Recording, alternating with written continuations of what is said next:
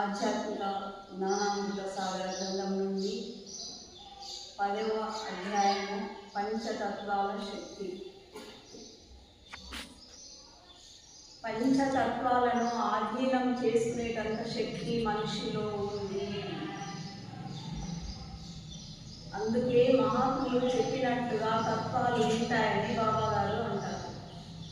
జలము, అగ్ని, భూమి, ఆకాశము, వాయువు, ఈ పంచతత్వాలను ఎవరైతే వాళ్ళ అధీనంలో ఉంటాయో వాళ్ళను మనిషి అంతటి శక్తి మనిషిలో ఉంది అంటున్నారు బాబా. ఎందుకంటే బాబాలో ఉంది కాబట్టి ఇలా చేతి చూపిస్తేనే గాలి ఆగిపోతుంది, సుడిగాలి కూడా ఇలా ఆగిపోతుంది, వాన కూడా ఎల్లు అనగానే వెళ్ళిపోతుంది. అంటే పంచ తత్వాలను ఆధీనంలో ఉంటాయన్నట్టు, వాళ్ళ ఆధీనంలో.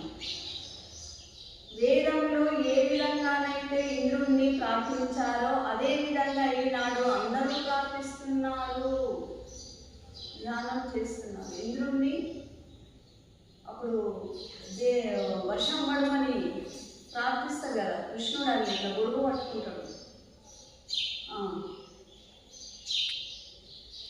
అలాగే ఈనాడు అందరూ ధ్యానం చేస్తున్నారు, వర్షం పడాలని. ఇంతకుముందు బాబా గారు ఉన్నప్పుడు ఏం చెప్పిందంటే అన్ని ధ్యాన కేంద్రాలలో సామూహిక ధ్యానం చేయండి, వర్షం పడాలని మీరు మందిరాలలో ధ్యానం చేయండి అందరూ. వేదంలో యజ్ఞము అనగా కార్యం, మనం చేసే పని. యజ్ఞము అంటే కార్యం అంటున్నాడు, అంటే చేసే పనిని యజ్ఞం. వీళ్ళేం చేసిండ్రు? యజ్ఞం అంటే స్వాహ స్వాహ అని ధాన్యాలను అగ్నిలో వేయడం, అంటే అది పని వేయడం, అది పని చేయడం. వేదంలో యజ్ఞము అంటే పని చేయడం అర్థం. దీని అర్థం ఇంకా తెలియాలి.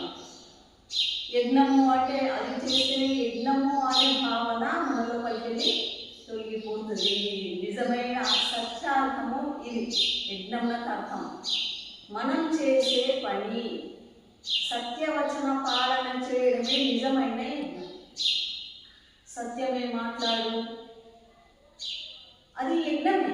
సత్యవ్రతం, సత్యనారాయణ వ్రతం చేసి మళ్ళీ కొద్దిసేపు నేను అబద్ధం చెప్పాలి, సత్యనారాయణ వ్రతం కాదు కదా. అందుకనే సత్యవచన పాలన అంటే నువ్వు ఏదైతే మాట్లాడతావో